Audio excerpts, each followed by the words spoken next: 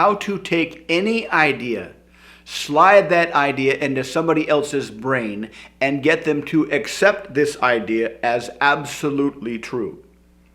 Linguistic presuppositions are fantastic language patterns. They are long, complex sentences inside of which is an idea that must be accepted to make sense of the entire sentence. For example, let's say I want to sell you a car, and I want to use social proof, because when you use social proof, you're much more persuasive. So I want to convey the idea that the car is popular. The car has social proof. But if I just say, hey, this car is popular, you should buy it, that sentence, this car is popular, is a very simple sentence. It's easy to process by the brain. And the brain is just like the body. The brain uses a lot of energy. The brain doesn't like to use a lot of energy. It's just like a body would rather sit on the couch watching TV than do a bunch of 4-count burpees.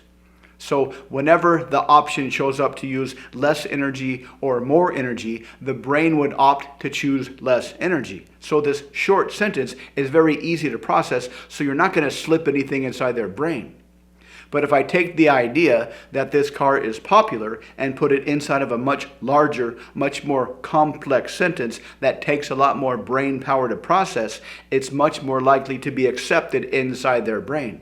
So a sentence might look like, one of the reasons this car is so popular is because of the titanium-tipped spark plugs. Let's take a look at those spark plugs. Now, the focus of the sentence is on the spark plugs. The part about being popular is kind of hidden in the middle, and it just slips into their brain. Not only that, but I said one of the reasons this car is popular, which presupposes there's many reasons why this car is popular. And they will kind of wonder what those reasons are, and they will come up with their own answers for those unanswered questions. Now, through a conversation with somebody, I could use 5, 10, 15, 20 of these presuppositional statements that all have fantastic ideas about the car or the idea or whatever you want to persuade somebody to do. But there is one problem with linguistic presuppositions. And that is they are one way. They don't necessarily require the participation of the target. Even if I did have 5, 10, 20 presuppositional sentences, the customer might just be passively listening and not really even processing what's going on. So there's no guarantee that they'll work. On the other hand, if I use a presuppositional question and require an answer from them, simply by answering the presuppositional question, they will necessarily accept the ideas inside the sentence. Now, people do this automatically, but we normally use presuppositional questions to imply bad things about people. For example, let's say you're at a party and you want to talk to some girls and you're with a friend, but your friend is kind of being a dick and he's making it hard for you to do that. You could say, hey, you're being an asshole, to try to change his behavior. But that's an easy sentence to argue with. I'm not being an asshole, you're being an asshole. So you take that idea of him being an asshole and you put it inside of a presuppositional question, which is much harder to argue with because it's much more complex and will take much more brain power. When did you start to become such an asshole? That's a lot harder to disagree with, and that will much more likely have the effect of changing his behavior. And that structure, when did you start to become an asshole, is a very, very powerful structure. A stereotypical, most famous presuppositional question is, when did you stop beating your wife? This presupposes there was a time they beat their wife, then there was a time they stopped beating their wife, and the question is, when did you stop beating your wife? Now, this question, or this type of question, is almost always asked in front of other people to make the person receiving the question look bad, knock them off balance, make them, what? I didn't.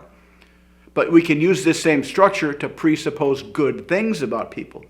And one of the reasons this works so well is because of the cold reading effect. Cold reading is when you pretend to be psychic and think that you know things about other people.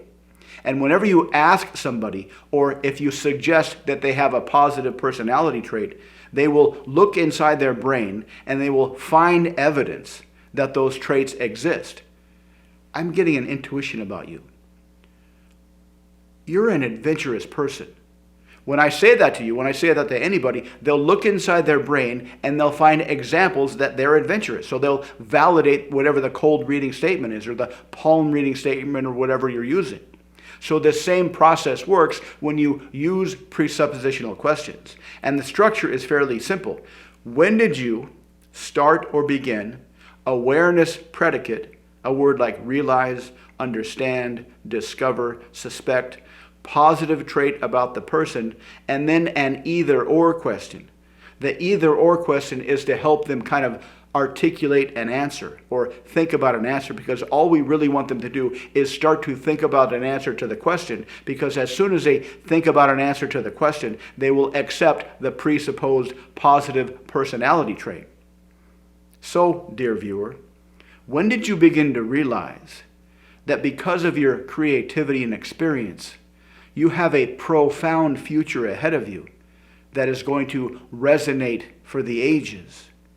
Is this something you've discovered recently about yourself, or are you just starting to remember this?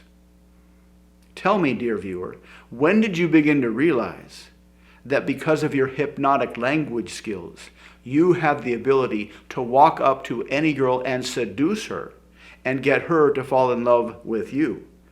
Is this something you've always been capable of, or are you just now discovering these skills?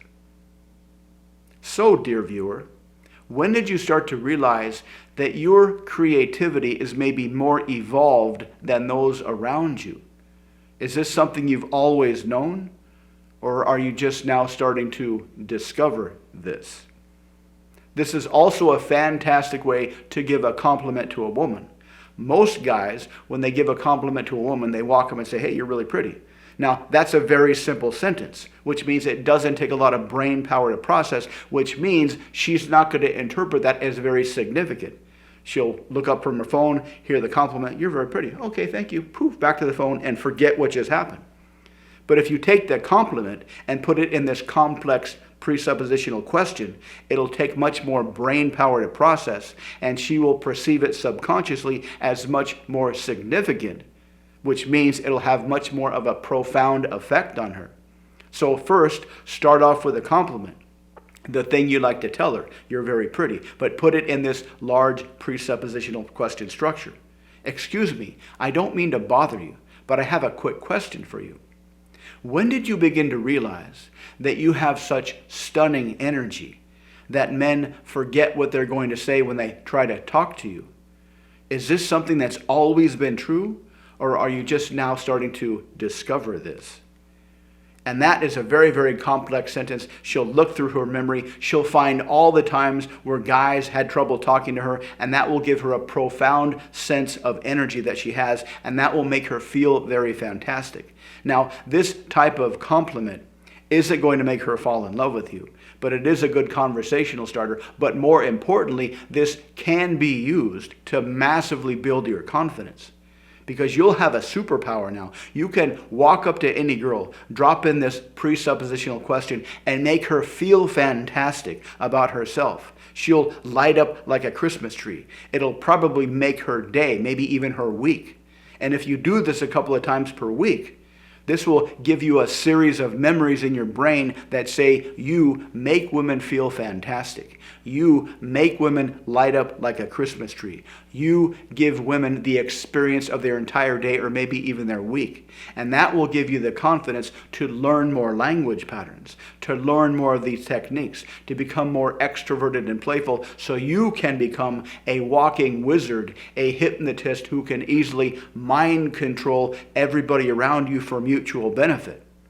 If you'd like to learn more, check out the links below. Thank you very much for watching. Please like and subscribe, and I'll see you next time.